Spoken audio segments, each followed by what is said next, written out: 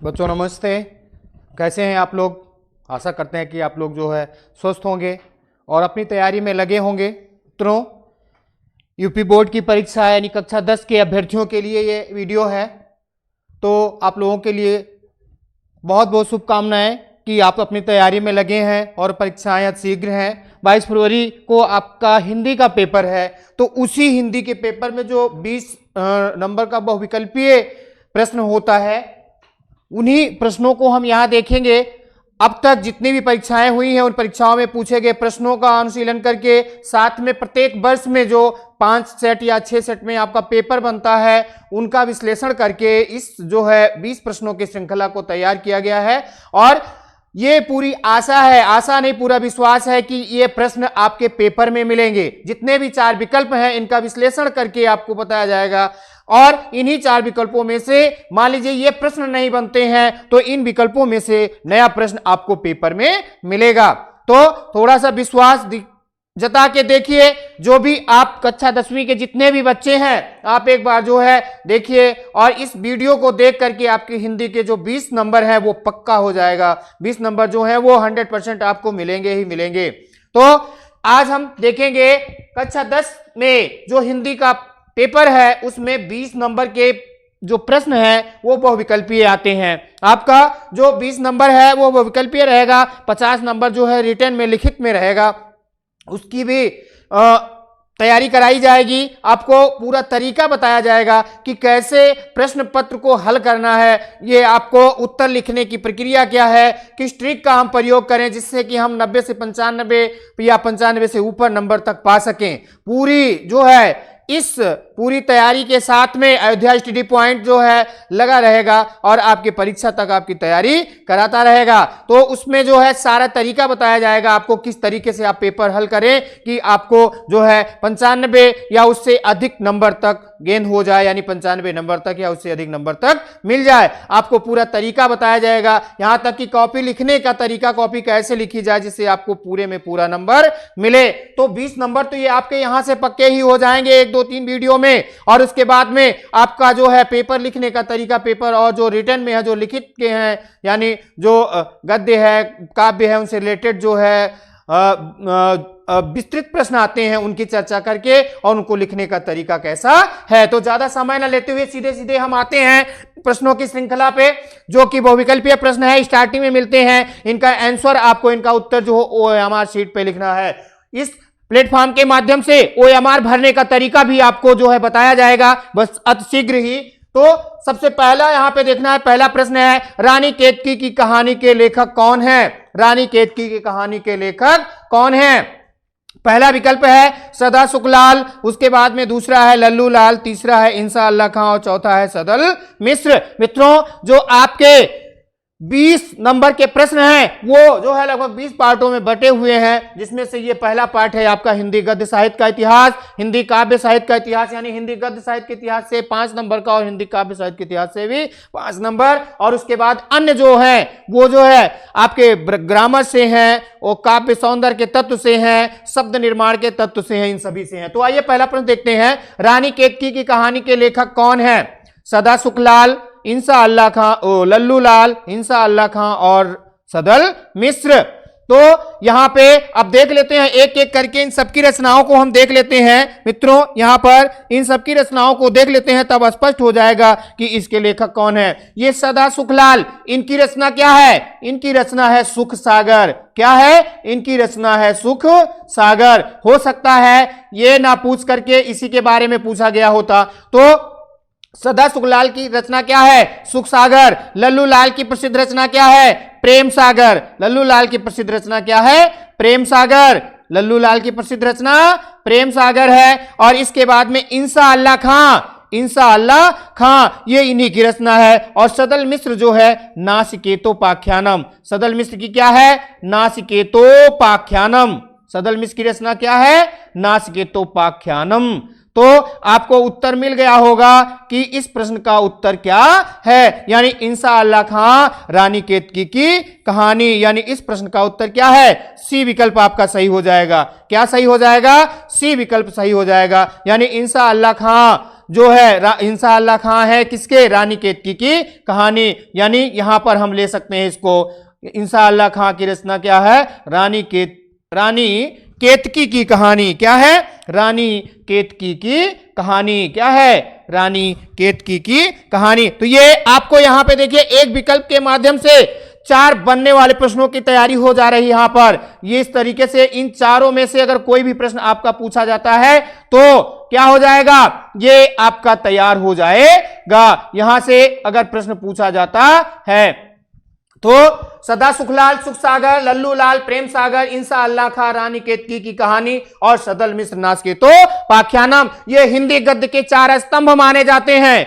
ये हिंदी गद्य के 4 स्तंभ माने जाते हैं। इनसे पहले भी कुछ हिंदी गद्य के लेखक हैं, उनके बारे में मान लीजिए पूछ ले। जैसे पूछा जाए जो है राम प्रसाद निरंजनी, राम प्रसाद निरंजनी ये भी गद्य लेखक हैं। राम प्रसाद निरंजनी ये भी गद्य लेखक हैं और इनकी रचना जो है वो क्या है, भाषा योग वशिष्ठ। क्या है, भाषा योग वशिष्ठ इनकी रचना है। क्या, भाषा योग वशिष्ठ। और इनके बाद में जो है कभी पूछ लिया जाए कि हिंदी गद्य यानी हिंदी खड़ी बोली गद्य के लेखक, खड़ी बोली गद्य के लेखक तो वो कौन हो जाएंगे, वो है कवि गंग। क्या है, कवि गंग।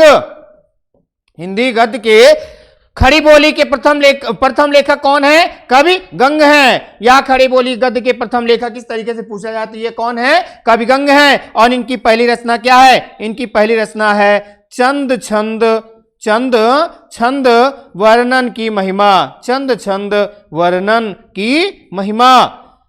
अगर प्रश्न पूछा जाए खड़ी बोली गद्य के प्रथम लेखक कौन है तो वो है कवि गंग, और इनकी रचना पूछ लिया जाए तो चंद छंद वर्णन की महिमा। ये चारों ध्यान रखना, सदा सुखलाल सुख सागर, लल्लू लाल प्रेम सागर, इंशाअल्लाह खां रानी केतकी की कहानी, सदल मिस्र नासकेतो पाख्यानम हिंदी गद्य विकास के स्तंभ माने जाते हैं। इन चारों को क्या कहा जाता है, हिंदी गद्य विकास के स्तंभ हैं। ये चारों हिंदी गद्य विकास के स्तंभ हैं। तो ये प्रश्न क्लियर हो गया होगा। आइए अगला प्रश्न देखते हैं। अगला है गबन के लेखक कौन है, गबन के लेखक कौन है। अब ये देख लीजिए, ये भैया स्पष्ट हो गया होगा, आपका उत्तर मिल गया होगा। जो भी बच्चे अच्छी से तैयारी कर रहे होंगे उनको उत्तर मिल गया होगा। ये जयशंकर प्रसाद ये है नहीं, प्रेमचंद शायद यही होगा, रामचंद्र शुक्ल जी है नहीं और महादेवी वर्मा जी है नहीं। तो ये कौन है, यहाँ पे ये प्रेमचंद जी हैं। क्या है, प्रेमचंद जी। ये क्या है, ये इनका उपन्यास है। क्या है ये इनका उपन्यास है। उपन्यास के सम्राट यानी उपन्यास विधा के सम्राट किसे माना जाता है, प्रेमचंद जी को माना जाता है। किसको माना जाता है, प्रेमचंद जी को। ये इनके और भी प्रसिद्ध उपन्यास हैं, जैसे कौन कौन से, जैसे गोदान हो गया। क्या, गोदान, कर्मभूमि। क्या, कर्मभूमि। और उसके बाद में गबन आपका पूछ ही लिया गया है, कर्मभूमि हो गया। निर्मला, क्या, निर्मला। और उसके बाद में रंगभूमि। क्या, रंगभूमि। अनेक प्रसिद्ध जो है ये सेवा सदन भी है। क्या है, सेवा सदन। ये अनेक इनके प्रसिद्ध हैं क्या, उपन्यास। अगर इस तरीके से पूछा गया कभी तो जो है आपका गलत नहीं होना चाहिए। एक जो है प्रेमाश्रम भी है। क्या, प्रेमाश्रम भी इनका जो है प्रसिद्ध उपन्यास है, प्रेमाश्रम। तो इस तरीके से अनेक उपन्यास हैं, मान लीजिए पूछा जाता है। या उपन्यास विधा के सम्राट किसे कहा, उपन्यास विधा के सम्राट कौन माने जाते हैं, तो वहां पर आपका क्या हो जाएगा, प्रेमचंद हो जाएगा। आगे मान लीजिए जयशंकर प्रसाद के उपन्यास की रचना हो, चर्चा हो, तो ये कौन कौन से हैं इनके हैं 3, कंकाल तितली और एक है इरावती जो कि अपूर्ण है, ये पूरा नहीं हुआ था। इरावती, कंकाल, तितली और इरावती ये उपन्यास है किनके, जयशंकर प्रसाद। और अगर रामचंद्र शुक्ल जी की चर्चा की बात हो, रचना की बात हो, तो इनकी रचनाएं क्या है, चिंतामणि। क्या है, चिंतामणि और हिंदी शब्द सागर। क्या, चिंतामणि और हिंदी शब्द सागर इनकी प्रसिद्ध रचना है। ठीक है, चिंतामणि और हिंदी शब्द सागर, हिंदी शब्द सागर। तो ये यहां से स्पष्ट हो गया होगा। महादेवी वर्मा की रचना की चर्चा हो तो इनका आपने पढ़ा ही होगा। क्या, गिल्लू, क्या गिल्लू और सोना, ये प्रसिद्ध कहानियां हैं इनकी, जो है ये रचनाएं हैं, गद्य की रचना है। तो ये समझ में आ गया होगा। आइए आगे अगला प्रश्न देखते हैं। अगला प्रश्न है, आचार्य रामचंद्र शुक्ल जी किस रूप में प्रसिद्ध हैं? आचार्य रामचंद्र शुक्ल जी को क्या माना जाता है? उपन्यासकार के रूप में। ये तो नहीं है, क्योंकि इसमें आपने देख लिया क्या, इसमें आपने देख लिया किसको? प्रेमचंद जी को देख लिया, ठीक है। इसके बाद में कहानीकार के रूप में ये भी नहीं है।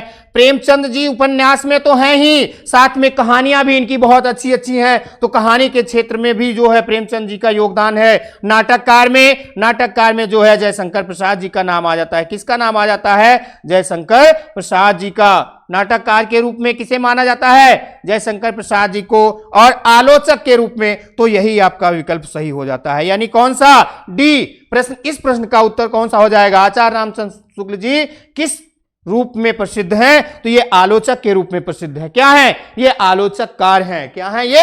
आलोचककार। और नाटककार में जयशंकर प्रसाद। कहानी में जो है, कहानी में हम प्रेमचंद को भी ले सकते हैं और इनके अलावा अन्य भी हैं, लेकिन प्रसिद्ध में जो है प्रेमचंद हैं। कहानियां जो है भारतेंद्र हरिश्चंद्र जी की भी हैं और जयशंकर प्रसाद जी की भी हैं। तो ये आपका समझ में आ गया होगा। आइए अगला प्रश्न देखते हैं। अगला प्रश्न है, कलम का सिपाही किस विधा पर आधारित रचना है?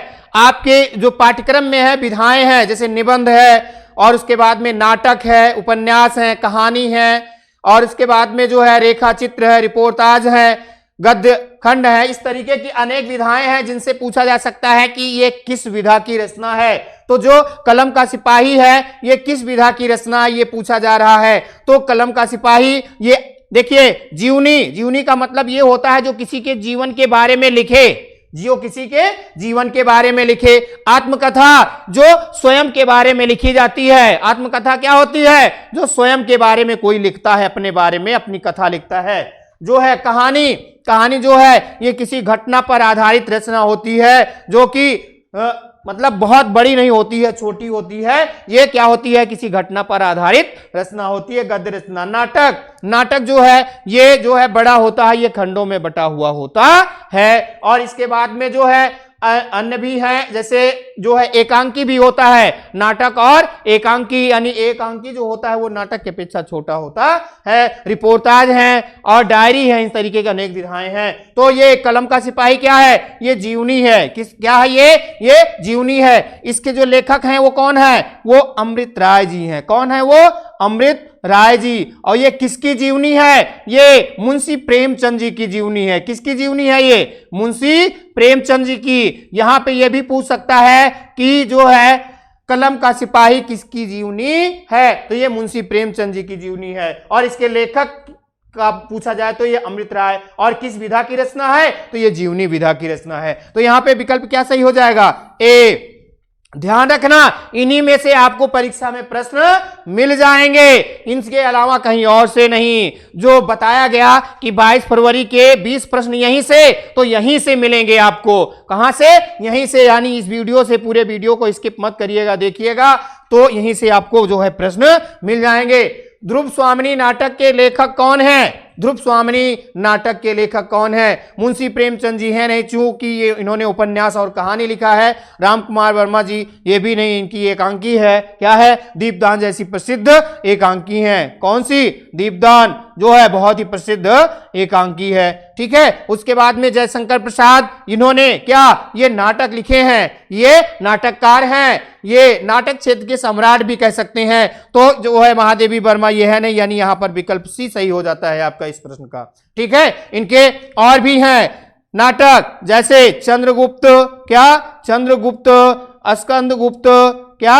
चंद्रगुप्त, स्कंदगुप्त, ऐसे अनेक इनके जो है नाटक हैं जो कि काफी प्रसिद्ध हैं। आगे जो है अन्य भी है, इनकी रचनाएं जो है काव्य में है, कामायनी, आंसू झरना, लहर, तो इनकी चर्चा अभी काव्य वाले भाग में करेंगे। महादेवी वर्मा, इनका अभी आपने देख ही लिया कि इनकी रचना जो है, इनकी रचना जैसे सोना हो गई, गिल्लू, ये अनेक जो है गद्य रचनाएं प्रसिद्ध हैं। आइए अगला जो है, निम्नलिखित में रीतिकाल की प्रवृत्ति क्या है?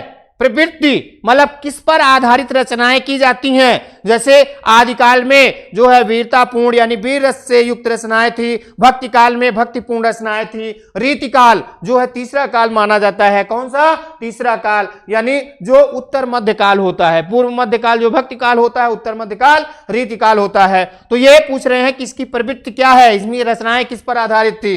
श्रृंगार रस की प्रधानता, रीति ग्रंथों की प्रधानता, नायक नायिका का वर्णन, उपरोक्त सभी। तो इनमें इन चारों को लिया जाता था, इन चारों को शामिल किया, यानी तीनों को शामिल किया गया था। यानी यहां पर क्या सही हो जाएगा? यहां विकल्प डी सही हो जाएगा आपका। कौन सा सही हो जाएगा? विकल्प डी सही हो जाएगा मित्रों। तो ये समझ में आ गया होगा आपको। इस तरीके से भी प्रश्न पूछा जा सकता है। रीतिकाल आपके कोश में है, आधुनिक काल आपके कोश में है, तो रीतिकाल की प्रवृत्ति पूछा जाए तो ये ध्यान रखना, श्रृंगार रस की प्रधानता, रीत ग्रंथों का निर्माण यानी रीत से यानी प्रेम रति से जो है समाहित रचनाएं थी, नायक नायिका वर्णन यानी जो भी श्रृंगार रस युक्त रचनाएं थी या रीत ग्रंथ थे उनमें नायक नायिका का वर्णन किया गया। तो इसमें कौन सा विकल्प सही हो जाएगा? उपरोक्त सभी। आगे, साकेत के रचयिता कौन है? अगला आगे आपका जो है साकेत के रचयिता कौन है? अयोध्या सिंह उपाध्याय हरिऔध, मैथिली शरण गुप्त, महादेवी वर्मा और अज्ञेय। कौन कौन से हैं दिए गए हैं यहाँ पे? साकेत तो भैया अयोध्या सिंह उपाध्याय तो है नहीं। कौन? इनकी जो है, इनका जो है प्रसिद्ध महाकाव्य क्या है? इनकी जो रचना हो जाती है वो तो है क्या? प्रिय प्रवास। क्या है? प्रिय प्रवास, ये है। इसके बाद में मैथिली शरण गुप्त, यही इनका जो है क्या है? महाकाव्य है। क्या है? महाकाव्य है। साकेत, महादेवी वर्मा का जो है, महादेवी वर्मा की जो गद्य काव्य रचनाएं हैं वो है जैसे निहार, क्या? निहार रश्मि, निहार रश्मि, नीरजा, निहार रश्मि, नीरजा, यामा, क्या? यामा। उसके बाद में दीप शिखा, ये प्रसिद्ध रचनाएं हैं। किसकी? ये महादेवी वर्मा जी की रचनाएं हैं। और उसके बाद में जो है अगला है अज्ञेय। अज्ञेय तो यहां पे देखिए आप देख रहे हैं अयोध्या सिंह उपाध्याय हरिऔध, प्रिय प्रवास, मैथिली शरण गुप्त, साकेत, महादेवी वर्मा, निहार रस, नीरजा, यामा और दीप शिखा। तो यहां पे साकेत के कौन है रचयिता? यानी मैथिली शरण गुप्त। तो यहां पर बी विकल्प आपका सही हो जाता है। आइए अगला प्रश्न देखते हैं। अगला है कवि प्रिया किसकी रचना है? कवि प्रिया किसकी रचना है? तो ये भी जो है आपका रीतिकाल से प्रश्न है, यानी हिंदी काव्य साहित्य के इतिहास से, हिंदी पद्य साहित्य के इतिहास से है। तो यहाँ पे जो 5 प्रश्न हैं, 5 आपके गद्य साहित्य के इतिहास से और 5 काव्य साहित्य के इतिहास में, तो उन्हीं में से जो है ये प्रश्न है आपका कवि प्रिया किसकी रचना है? भूषण जो है, भूषण, मतीराम, बिहारी और केशव। आइए हम देखते चलते हैं। जो भूषण की प्रसिद्ध रचना है वो क्या है? जो है ये शिवराज और छत्रसाल जी के जो है आश्रित कवि थे। तो इन्होंने क्या क्या लिखा? इन्होंने लिखा शिवराज भूषण। क्या लिखा? शिवराज भूषण और छत्रसाल दशक। क्या लिखा? छत्रसाल दशक। ये प्रसिद्ध रचना थी किसकी? ये जो है प्रसिद्ध रचना थी कवि भूषण जी की। उसके बाद में मतीराम जो है, ये ध्यान रखिएगा, ये रीतकाल के बहुत मतलब प्रसिद्ध कवि थे ये सब, ठीक है। इनकी जो है मतीराम की जो है ये हो जाती है इनकी वृत्त कौमुदी। कौन सी रचना? वृत्त कौमुदी और फूल मंजरी। वृत्त कौमुदी और फूल मंजरी ये जो है रीत बंधनों से बंधी हुई रचनाएं थी। उसके बाद में बिहारी की क्या थी? बिहारी की जो है सतसई रचना थी। क्या? बिहारी सतसई। क्या? बिहारी सतसई। इसी के लिए कहा जाता है सतसैया के 2 हरे ज्यों नाभि के तीर, देखन में छोटे लगे घाव करें गंभीर। यानी इनकी छोटी रचनाएं, छोटी छोटी पंक्तियां बहुत लंबी बात, बहुत बड़ी बात कह जाती हैं। इन्होंने ही जो है राजा जयसिंह जैसे राजा को जो है अपने काव्य रचना के माध्यम से ही जो है मोटिवेट करके जो है उनको एक तरीके से कह सकते हैं कुमार्ग से सुमार्ग पर लाया। इन्होंने कहा क्या? नहीं पराग, नहीं मधुर मधु, नहीं विकास इकाल, अली कली ही सौ विधेयो आगे कौन हवाल। तो ये बिहारी जी हैं, इसीलिए इनको क्या कहा जाता है?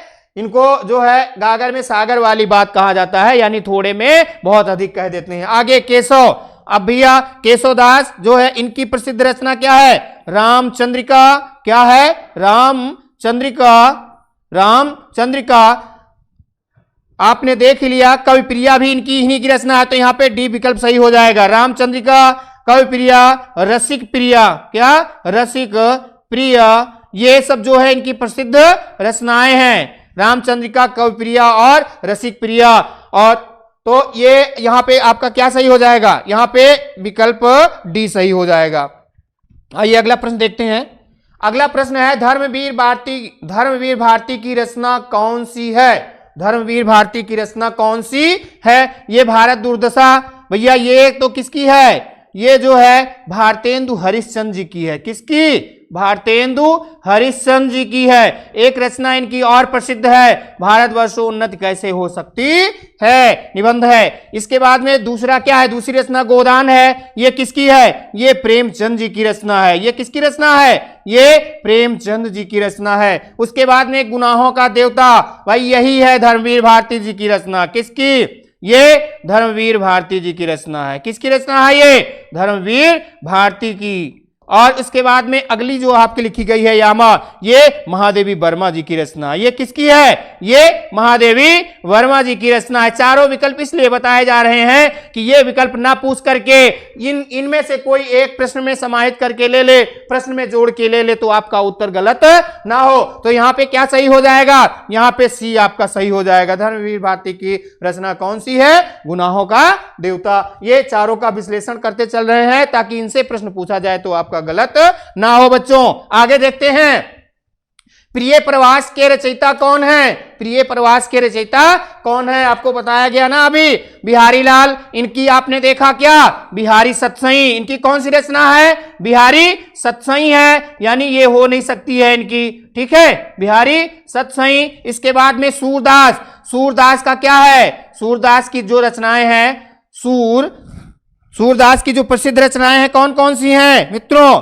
सूरदास की जो प्रसिद्ध रचनाएं हैं वो हैं क्या क्या? सूर सागर, सूर सारावली और साहित्य लहरी। सूर सागर, क्या? सूर सागर, और दूसरी है सूर सारावली और साहित्य लहरी। सूर सारावली, और तीसरी जो है वो प्रसिद्ध रचना क्या है? वो है साहित्य लहरी। साहित्य लहरी। तो आप देख लिए होंगे कि ये सूरदास की रचना नहीं हो सकती। इसका मतलब कबीरदास, कबीरदास की जो है वो क्या है? वो है वीजक। क्या है? वीजक। वीजक किसका संग्रह है? ये 3 रचनाओं का संग्रह है। किसका किसका? साखी, क्या? साखी, सबद, साखी, सबद और रामायणी। साखी, सबद और रामायणी। साखी को साक्षी कहा जाता है, सबद को शब्द कहा जाता है, और रामायणी जो है रमन करना यानी ईश्वर का चिंतन करना। इस तरीके से यानी ये बीजक जो है तीनों का संग्रह है। तो ये कबीरदास जी की रचना है। यानी प्रिय प्रवास किसकी हो जाएगी? ये हरिऔध जी की हो जाएगी। किसकी हो जाएगी? हरिऔध जी की। यानी हरिऔध जी का पूरा नाम, कभी कभी पूरा नाम भी पूछ ले तो क्या? अयोध्या सिंह उपाध्याय हरिऔध। इनका पूरा नाम क्या है? अयोध्या सिंह उपाध्याय। क्या? अयोध्या सिंह उपाध्याय हरिऔध। क्या? हरिऔध।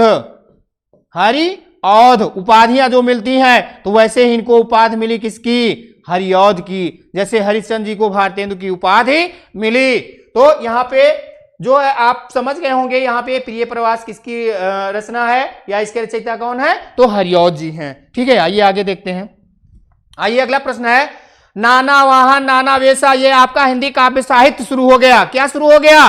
काव्य, यानी काव्य सौंदर्य के तत्व। यहां से भी प्रश्न आता है। तो नाना वाहन नाना वेशा बिहसे शिव समाज निज देखा। उपरोक्त पंक्ति में कौन सा रस है? आप में जो है वियोग। कौन कौन सा रस है आप में? वियोग रस है। कौन सा?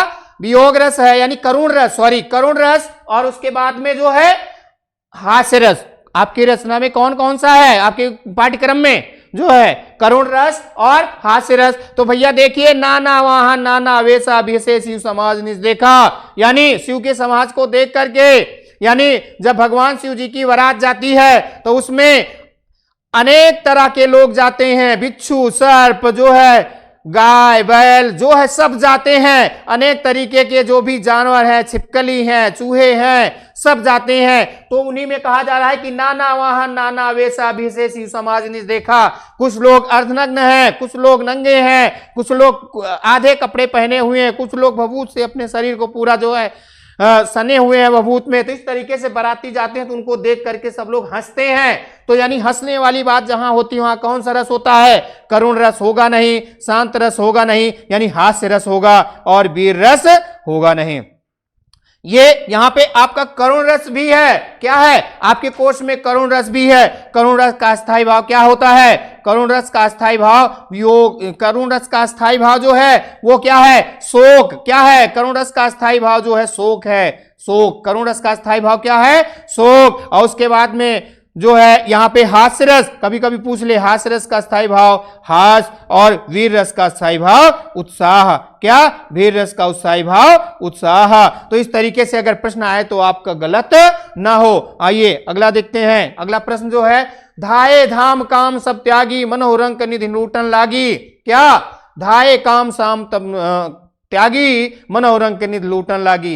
ये भैया उपरोक्त पंक्ति में कौन सा अलंकार है? यहां पे क्या पूछा जा रहा है? यहां पे अलंकार पूछा जा रहा है मित्रों। क्या पूछा जा रहा है? अलंकार। उत्प्रेक्षा यहां पूछा जा रहा है। उत्प्रेक्षा है कि रूपक है कि उपमा है कि श्लेष है? देखिए अलंकार आप में जो है कौन कौन सा है? उपमा, रूपक और उत्प्रेक्षा। क्या? उपमा, रूपक और उत्प्रेक्षा। तो यहां पे उपमा को पहचानने का सबसे आसान तरीका है, इसमें जो है एक वस्तु को दूसरे के समान माना जाता है। और इसमें क्या आता है? इसमें जो है सा सी सम समान ये शब्द आते हैं। क्या क्या आते हैं इसमें? जो है जैसे दो वस्तुओं की जब समानता बताई जाएगी तो सा सी सम सरिस ये शब्द आएंगे।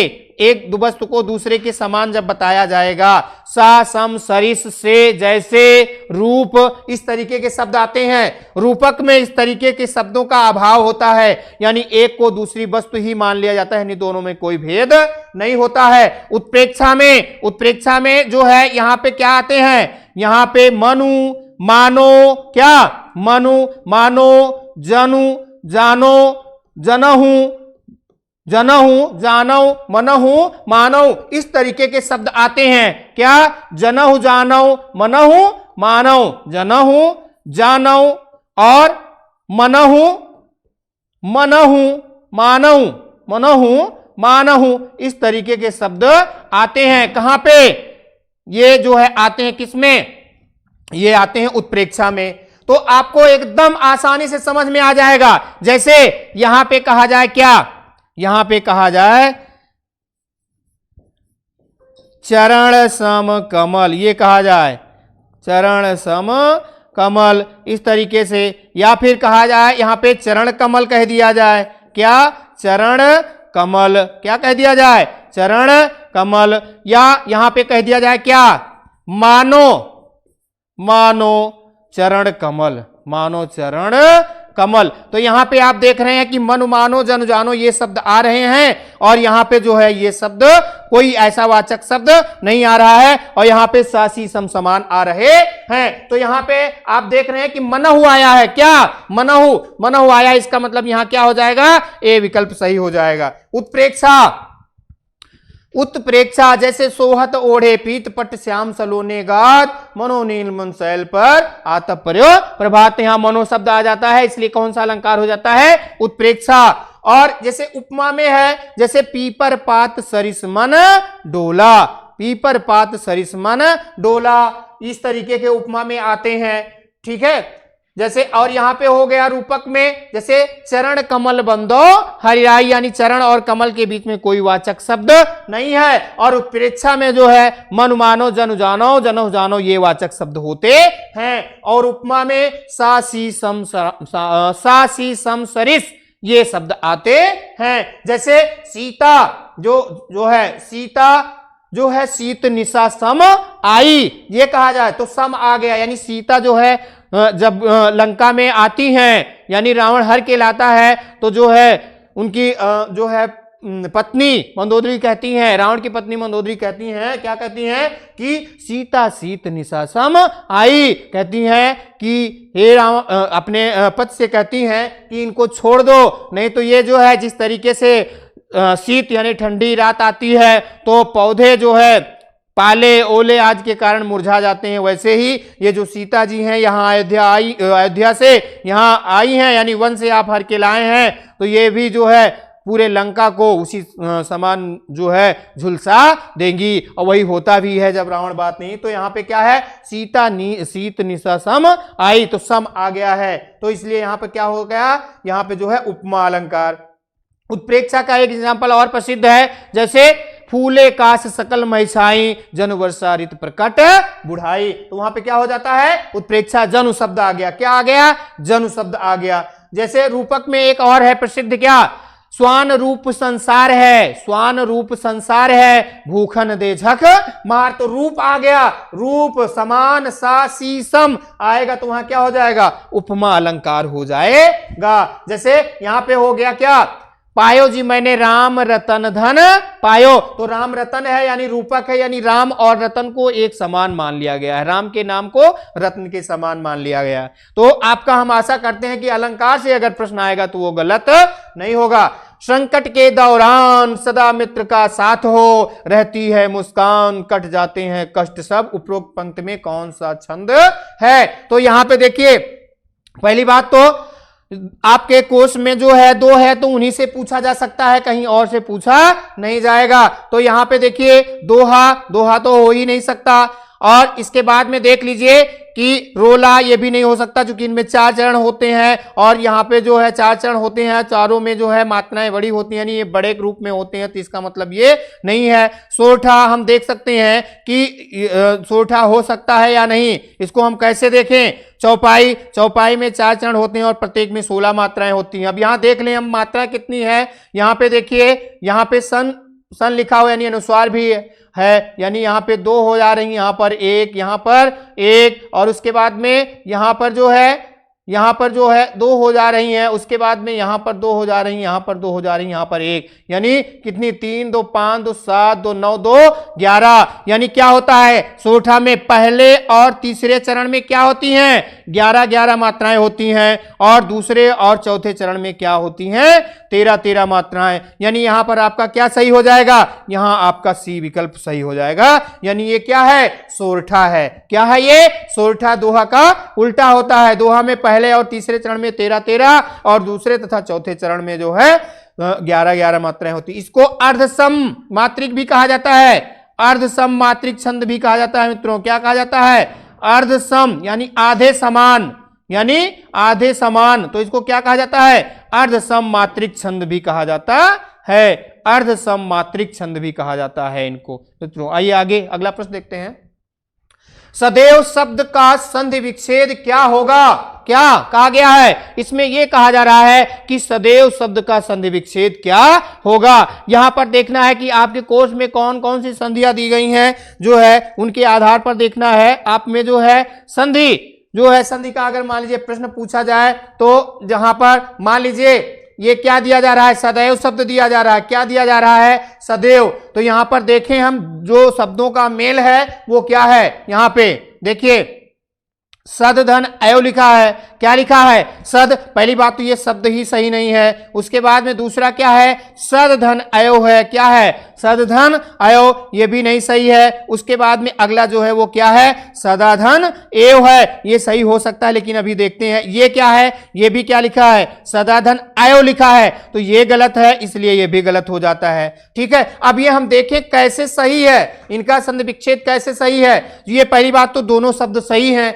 यहां पे क्या होता है, ये वृद्धि संधि का है, किसका एग्जाम्पल है, ये वृद्धि स्वर संधि का एग्जाम्पल है। किसका है, ये वृद्ध स्वर संधि का एग्जाम्पल है। इसमें क्या होता है, इसमें यह होता है कि ह्रस्व या दीर्घ, ह्रस्व या दीर्घ यानी इसके या इसके बाद कोई भी किसी भी शब्द में ए या आय आएगा तो वो क्या हो जाएगा, किस में बदल जाएगा, वो अय में बदल जाएगा, अर्थात अय की मात्रा हो जाएगी। दूसरा क्या है, ह्रस्व या दीर्घ आ के बाद में यदि ओ की मात्रा आएगी तो ओ अथवा ओ अथवा औ आएगा तो ये क्या होगा, ये औ हो जाएगा। क्या हो जाएगा, औ, अर्थात ये औ की मात्रा हो जाएगी। क्या हो जाएगी, औ की मात्रा हो जाएगी। जैसे यहां पर जैसे हम दूसरा शब्द ले लेते हैं तथा धन एव। क्या ले लेते हैं, तथा धन एव, तो ये संधि होता है तो क्या हो जाता है, ये तथैव बनता है। तथैव क्या बनता है, तथैव। तथैव क्यों बनता है, यहां पर दीर्घ आ है और उसके बाद में ए, आ और ए के आने पर क्या बन रहा है, आ और ए के आने पर अय बन रहा है, अर्थात अय की मात्रा तो यही यहां पर आ जा रही है। ऐसे ही तदाधन एव, तदेव बन जाएगा। क्या बन जाएगा, तदेव। जैसे महाधन ऐश्वर्य, क्या बन जाएगा, महेश्वर्य बन जाएगा। तो इस तरीके से, और यहां पर देखिए क्या होता है, जैसे जलधन ओघ, जलधन ओघ, तो ये क्या बनेगा, आ के बाद में ओ आ रहा है तो ये किस में बदल जाएगा, औ में, तो ये क्या हो जाएगा, औ बन जाएगा। क्या बनेगा, औ, अर्थात औ की मात्रा। तो यहां पे शब्द क्या बन जाएगा, ये शब्द बन जाएगा जलौघ। क्या, जलौघ। जैसे महाधन औषधि, क्या, महाधन औषधि को औषधि भी लिखा जाता है प्लस औषधि भी लिखा जाता है। अगर औषधि आए तो तब भी कंफ्यूज मत होना बच्चों। अगर महाधन औषधि है तो ये क्या हो जाएगा, ये हो जाएगा महौषधि। क्या हो जाएगा, महौषधि। अब अगर आपको ये चीजें समझ में ना आए तो जो है पूरे जाइएगा, इस चैनल के माध्यम से जाइएगा, सारे वीडियो यहाँ पर पड़े हुए हैं, सभी पूरे पाठ्यक्रम के वीडियो, यानी वहां पर संधि भी है, आपका समास भी है, और उसके बाद में जितने भी आपका अलंकार भी है, जितने भी टॉपिक हैं आपके पाठ्यक्रम में, उनको एक बार देख करके जो है आप अपनी तैयारी को और बेहतर कर सकते हैं, और जो भी प्रश्न पूछा जाए वो आपका गलत नहीं होगा। मान लीजिए यहां पर आपका जो है यण स्वर संधि है, मान लीजिए क्या, यण स्वर संधि है, तो यण में क्या होता है, ह्रस्व या दीर्घ, यहां पे क्या होता है, ह्रस्व या दीर्घ, ई, ऊ और री और लिरी आने पर, और कोई असमान स्वर दूसरे पद में आता है तो ई का या हो जाता है, ऊ का वा हो जाता है, और री का रा तथा लिरी का ला हो जाता है। ये किसमें, आपके यण स्वर संधि में है। जैसे सुधन आगत, क्या है यहां पर, जैसे यहां पर ये इसका एग्जाम्पल है, यानी जैसे सुधन आगत हो गया। क्या, सुधन आगत, तो ये क्या बनता है, ये बनता है स्वागत। क्या बनता है, स्वागत। ये आपका कौन सी संधि हो जाएगी, ये यण स्वर संधि हो जाएगी। कौन सी, यण स्वर संधि। जैसे आ गया इति धन आदि, क्या आ गया, इति धन आदि, तो ये क्या बनेगा, ये बनेगा इत्यादि। क्या बनेगा, ये इत्यादि बनेगा, यानी इत्यादि ई का या बन जा रहा है, और ये आ करके इसमें मिल जा रहा है। इसमें हमें देखना है मित्रों, आप में जो है संधियां कौन कौन सी हैं, उनके अकॉर्डिंग अगर प्रश्न पूछा जाता है तो वो आपका गलत ना हो, ये ध्यान देना है बच्चों कि आप में संधि कौन कौन सी ली गई है, उसके आधार पर हमें देखना है कि आपका जो कोर्स है उसमें संधि कौन सी है, वो देख करके चलना है। यहाँ पे कि आप में संधि जो है वृद्धि स्वर संधि है या और यण है, तो यण के और एग्जाम्पल हम समझ लेते हैं। यहाँ पर जैसे सुधन आगत स्वागत हो गया, और इति और आदि क्या हो गया, इत्यादि। क्या हो गया, इत्यादि। और भी हम देख लेते हैं एग्जाम्पल यहाँ पर, जैसे एक शब्द हम लेते हैं, क्या, पूछ लिया व्यर्थ। क्या, व्यर्थ कह दिया, व्यर्थ संधि, व्यर्थ शब्द में आप विच्छेद कीजिए, संधि विच्छेद। जो शब्द जुड़े होते हैं उनको अलग करना क्या कहलाता है, संधि विच्छेद कहलाता है। तो ये व्यर्थ शब्द में पूछ लिया कि आप संधि विच्छेद करिए, तो आप और संधि का नाम, या पूछ लिया कि व्यर्थ शब्द में कौन सी संधि है, तो देखिए यहां पर ये क्या हो जाएगा, V plus earth, V plus earth. क्या हो जाएगा, ये वी प्लस अर्थ। तो ये क्या हो जाएगा, यहां से ई अलग हुई तो ये ई अलग हो जाएगी यहाँ पे, तो क्या बचेगा, यही तो बचेगा, और ई किस में बदल जाएगी, ये ई या में बदल जाएगी, और आगे जो है इसमें हल रहेगा, लेकिन ये आकर यहां जुड़ेगा तो ये सीधा शब्द क्या बन जाएगा, व्यर्थ बन जाएगा। क्या बन जाएगा, व्यर्थ। तो इस तरीके से जो है शब्द अगर आते हैं तो आपके गलत नहीं होना चाहिए बच्चों, ये ध्यान रखना, ठीक है। इस तरीके से जैसे मान लीजिए प्रश्न पूछा जाता है, ऊपरी धन उक्त है, क्या है, ऊपरी, ऊपरी मतलब ऊपर, उक्त मीन्स कहा गया, ऊपरी उक्त। तो इसमें क्या होता है, ये ई या में बदल जाता है, ऊ उप बचा है और ये रा है तो रा यहां पे आ जाएगा आधे। उसके बाद में ये ई या में हो गया ऊपर और ये ऊ आकर के यहां मिल जाएगा तो ये क्या हो गया, ऊपर युक्त हो गया। क्या हो गया, ऊपर युक्त, यानी ऊपर कहे गए। इसको ये भी लिखते हैं और जब ऊपर वाली बात आती है तो उपरोक्त होता है तो वहां पर गुण स्वर संधि हो जाती है। तो इस तरीके से अगर प्रश्न पूछा गया, जैसे यहां पर अब री वाला हम देख लेते हैं, जैसे मातृधन आज्ञा, क्या मातृधन आज्ञा शब्द है, यहां पर क्या है, री के बाद में कोई भी असमान स्वर आएगा तो री का रा में परिवर्तन हो जाएगा। किसमें परिवर्तन हो जाएगा, री। तो यहां पे बच क्या रहा है, म और उसके बाद में आधा ता बच रहा है और ये री किसमें बदल रहा है, ये जो है रा में बदल रहा है। यानी ये जब ता के साथ में रा लगता है तो वो त्रा बन जाता है, यानी ये संयुक्त है। तो मात्रा अवागे ज्ञा, यही जो है किसमें बनेगा, यही जो है पित्राज्ञा में बनेगा। किसमें, पित्राज्ञा या पितृधन आदेश हो गया। क्या, पितृधन आदेश। तो ये क्या बनेगा, ये बनेगा पित्रादेश। क्या बनेगा, पित्रादेश। क्या बनेगा, पित्रादेश। पितृधन आज्ञा तो पित्राज्ञा बनेगा। तो ये किसके हैं, ये यण स्वर संधि के एग्जाम्पल हैं। तो ये ध्यान रखना, इति धन आज ये बहुत ही इंपॉर्टेंट शब्द है, यही पूछा जा सकता, हो सकता है यही पूछ लिया जाए, या सुधन आगत हो गया, स्वागत हो गया, इस तरीके से जो है शब्द पूछे जा सकते हैं। किसमें, संधि में। तो आइए अगला प्रश्न देखते हैं। अगला प्रश्न है, पंचवटी शब्द में कौन सा समास है, पंचवटी शब्द में कौन सा समास है। अब देख लीजिए भैया, यहां पे आप में जो है 4 समास है, इन्हीं में से पूछा जा सकता है। तो देखिए पंचवटी में क्या है, द्वंद्व, द्वंद्व हो नहीं सकता। द्वंद्व में क्या होता है, द्वंद्व में जो है दोनों एक दूसरे के अपोजिट शब्द होते हैं, यानी विपरीतार्थी शब्द होते हैं। जैसे क्या, जैसे हो गया रात और क्या, दिन। क्या हो गया, रात दिन, या आय और व्यय हो गया। क्या, आय और व्यय। इस तरीके के शब्द आते हैं तो वो किस में आते हैं, द्वंद्व में। क्या, किसमें आते हैं, द्वंद्व। जैसे हाथ और पैर हो गया, हाथ पैर, और इनको अलग करेंगे यानी एक में जोड़ेंगे तो हाथ और पैर हो गया। तो ये किसमें आते हैं, ये द्वंद्व में हो गए। किसमें, द्वंद्व में। किसमें, द्वंद्व। ये एक शब्द है, इसको भी कभी कभी पूछ ले, मान लीजिए पाणिपाद, पाण मीन्स हाथ, पाद मीन्स पैर, ये भी किसका है एग्जाम्पल, ये द्वंद्व का है। किसका है, द्वंद्व को। द्विगु में क्या होता है, पूर्व पद संख्यावाची। हाँ तो भैया यहाँ पहला पद संख्यावाची है, पंच का मतलब 5, तो यहां पर जो है यही हो जाएगा। कर्मधारय में क्या होता है, कर्मधारय में जो है विशेषण विशेष से होता है। इसमें क्या होता है, पहला जो है शब्द विशेषण होता है और जो जुड़ता है उसके साथ में वो विशेष से रहता है, यानी विशेष शब्द की विशेषता बताने वाला शब्द इसमें कर्मधारय में होता है। ठीक है, जैसे कह दिया गया क्या, हरी घास। क्या कह दिया गया, हरी घास। इसमें पूछ लिया क्या, इसमें पूछ लिया जो है कौन सा समास है, तो यहां कर्मधारय हो गया, हरी घास हो गया। जैसे कह दिया नील कमल। क्या, नील कमल, नीला कमल। या कह दिया नील गाय। क्या कह दिया, नील गाय, नीली गाय। तो इस तरीके से जो शब्द आते हैं तो वहां पे कौन सा समास होता है, कर्मधारय, विशेषण विशेष से। बहुव्रीहि में जो होता है, यहां पर जो शब्द हैं वो जुड़ते हैं तो किसी तीसरे की विशेषता बताने लगते हैं।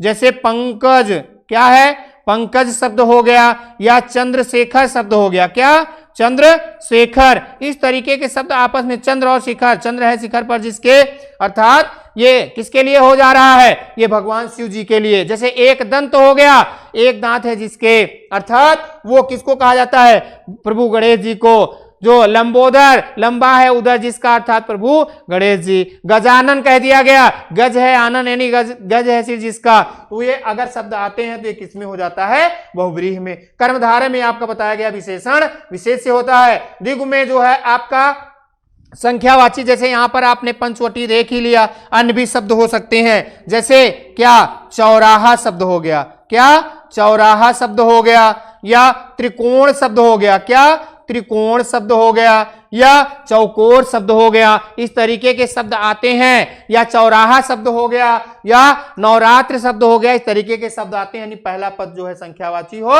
तो वो क्या हो जाता है, वो जो है द्विगु समास हो जाता है। और कर्मधारय में विशेषण विशेष, द्वंद्व में जो है एक दूसरे के विपरीतार्थी शब्द आते हैं। और इसमें दोनों पद प्रधान होता है, द्विगु में पूर्व पद संख्यावाची होता है, कर्मधारय में विशेषण विशेष्य होता है और वह व्रीहि में अन्य पद प्रधान होता है। तो ये आपको समझ में आ गया होगा। आइए अगला देखते हैं। अगला है लड़कपन में कौन सा प्रत्यय है। लड़कपन में कौन सा प्रत्यय है ये आपको देखना है। अब देख लीजिए यहां पर ये प्रत्यय जो है, प्रत्यय और उपसर्ग ये भी शब्द निर्माण के तत्व हैं और संधि और समास इससे पहले आपने देख लिया। तो इसमें शब्द जो है जुड़ करके, दो शब्द आपस में जुड़ करके शब्द के अर्थ को बदल देते हैं। यानी ऐसे अब शब्दांश, क्या ऐसे शब्दांश जो शब्द के अंत में जुड़कर उसके अर्थ को बदल देते हैं, तो उनको क्या कहा जाता है, उनको कहा जाता है प्रत्यय। यहां पूछा गया है लड़कपन में। अब देख लीजिए भैया, तो पन यानी पा तो हो नहीं सकता, क भी नहीं होगा, यानी ये पन यही है। अब इसके बाद में वापन भी नहीं है। अब ये जुड़ा कैसे है ये देखना है हमें। पन है यानी यहां पे जैसे मान लीजिए लड़का शब्द है, क्या लड़का, और लड़का में पन जुड़ा, तो ये क्या बन गया, ये बन गया लड़कपन शब्द। क्या बन गया, ये बन गया लड़कपन। लड़का में पन जुड़ करके, किसमें, लड़का में पन। जैसे बालक, जैसे बालक और पन, बालक और पन, तो ये क्या हो जाएगा, बालपन हो जाएगा। क्या हो जाएगा, बालपन। और कह दिया गया बच्चा और पन, क्या बच्चा और पन, तो ये क्या हो जाएगा, ये हो जाएगा बचपन। क्या हो जाएगा, बचपन। और अगर अपना है, अपना, अपना शब्द लिखा गया, क्या अपना, और इसमें पन जुड़ गया, तो ये क्या बनेगा, अपनापन बनेगा। क्या बनेगा, अपनापन बनेगा। ठीक है। यहां पे पा लिखा हुआ है, क्या लिखा है, पा, क्या लिखा है, पा। जैसे बूढ़ा, बूढ़ा शब्द है, बूढ़ा में पा जुड़ गया, क्या बूढ़ा में पा, तो ये क्या बन गया, ये बन गया बुढ़ापा। ये प्रत्यय हैं जो शब्द में जुड़ करके उसके अर्थ को बदल दे रहे हैं। ठीक है। ये जो है लगभग कहीं लगता नहीं है, और पन है और वापन। तो इस तरीके से और भी हम शब्द देखेंगे, यानी प्रत्यय देखेंगे। जैसे यहां पर जैसे आई है, क्या आई प्रत्यय मान लीजिए पूछ लिया जाए, तो जैसे पढ़ में आई तो क्या हो जाएगा, पढ़ाई। लिख में आई क्या हो जाएगा, लिखाई। क्या हो जाएगा, लिखाई हो जाएगा बच्चों। ठीक है। जैसे यहां पे त्वा शब्द हो गया, क्या त्वा, घना में त्वा क्या हो जाएगा, घनत्व। क्या हो जाएगा, घनत्व। मम में त्वा तो क्या हो जाएगा, ममत्व। ठीक है। क्या हो जाएगा, ममत्व।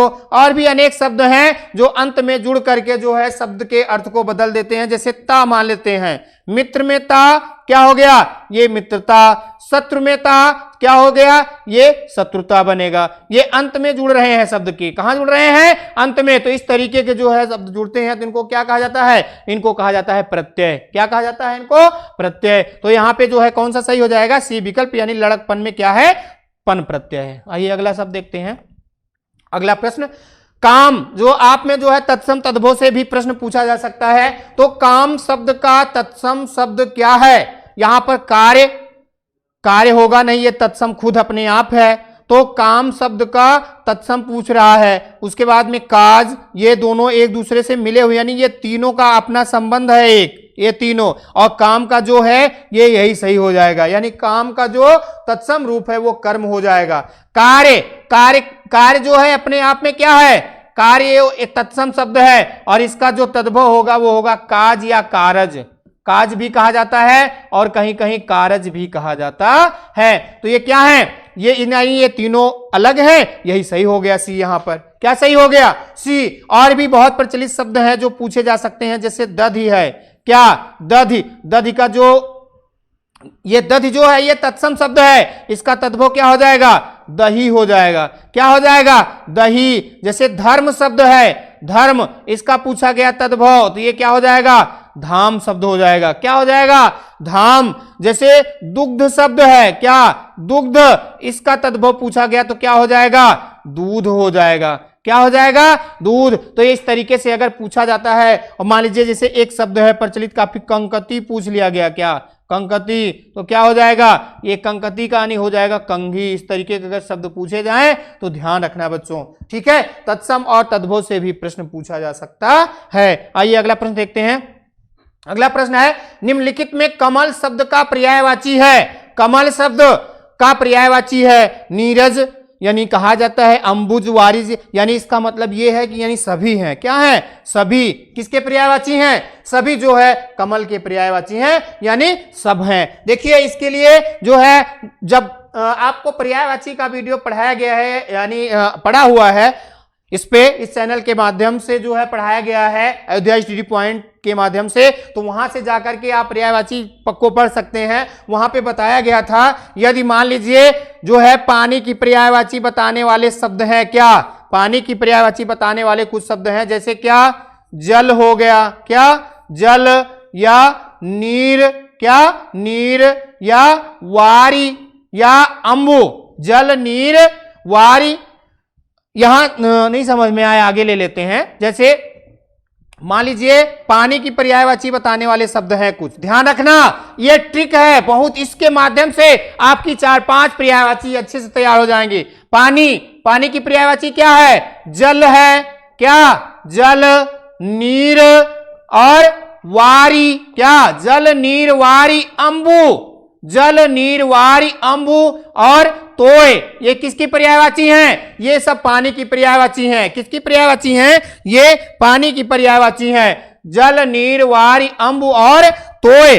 तो इसमें कुछ बदला जाए, इसमें शब्द और जोड़ दिए जाएं तो ये नए शब्द की पर्यायवाची बन जाती हैं। यहां पर जैसे मान लीजिए जो है हम कमल की पर्यायवाची देखें, किसकी?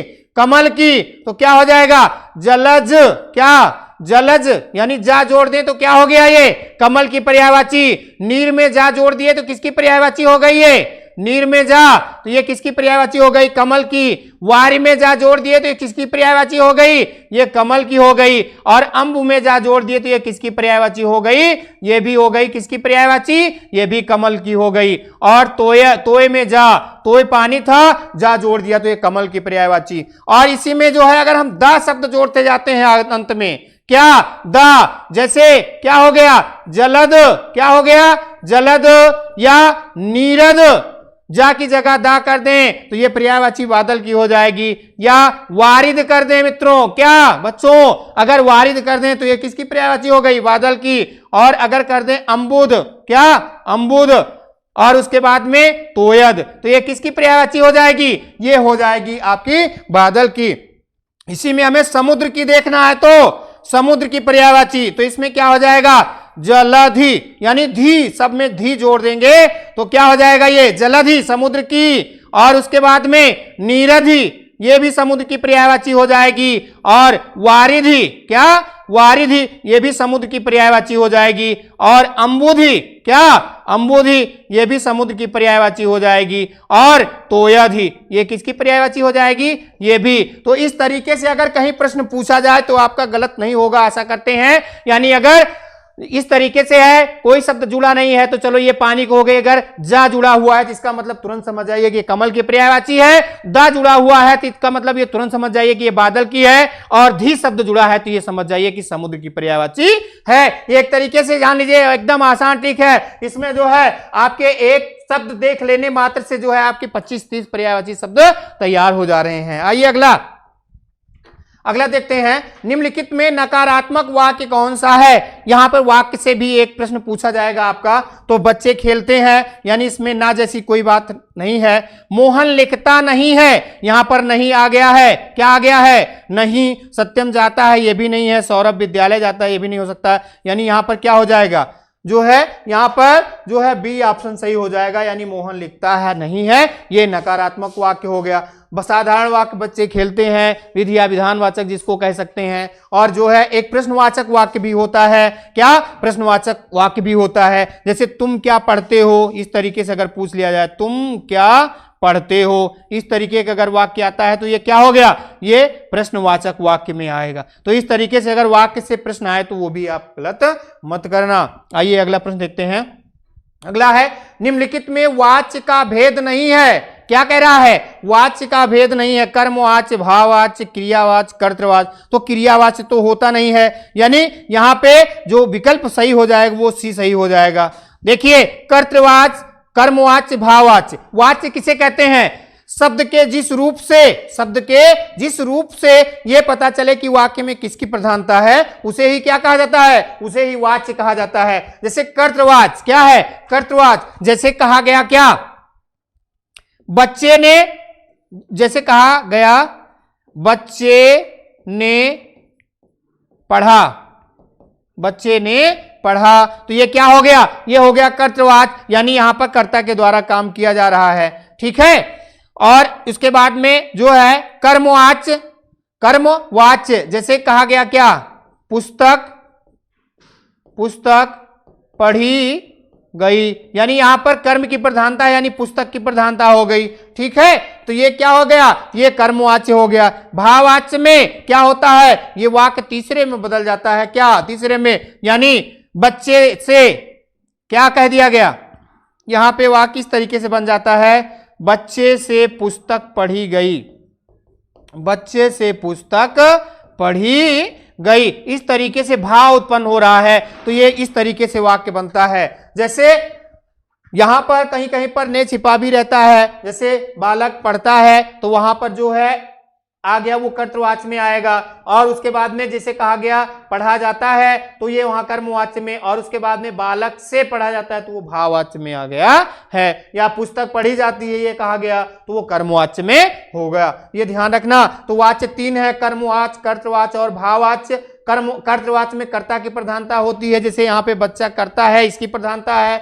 कर्मवाच्य में कर्म की प्रधानता होती है, जैसे कर्म है यहाँ पर। भाववाच्य में भाव की प्रधानता होती है। आगे अगला प्रश्न देखते हैं, तुम सब जाओगे वाक्य का संस्कृत अनुवाद क्या होगा।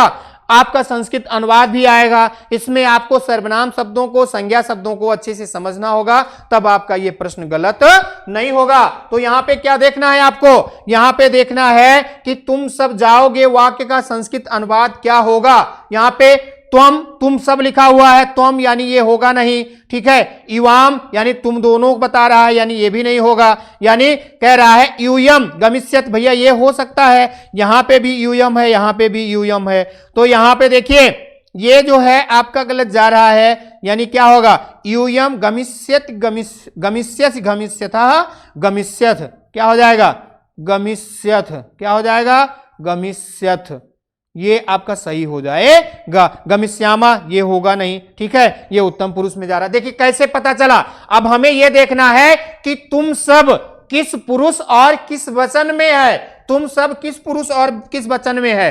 देखिए आपने क्या देखा है, प्रथम पुरुष, मध्यम पुरुष और उत्तम पुरुष, प्रथम पुरुष, मध्यम पुरुष और उत्तम पुरुष। प्रथम पुरुष में क्या आता है, प्रथम पुरुष में जैसे तुम हो गया, क्या तुम, और मध्यम पुरुष में क्या हो गया, तुम दोनों, क्या हो गया, तुम दोनों, और उत्तम पुरुष में तुम सब, क्या तुम सब। यानी ये एक वचन जो प्रथम पुरुष है, तुम दोनों, तुम सब, सॉरी यहां पे हम वचन लिख सकते हैं, क्या कर सकते हैं, वचन, क्या वचन, इसके आधार पे समझ में आ जाएगा अभी आपको।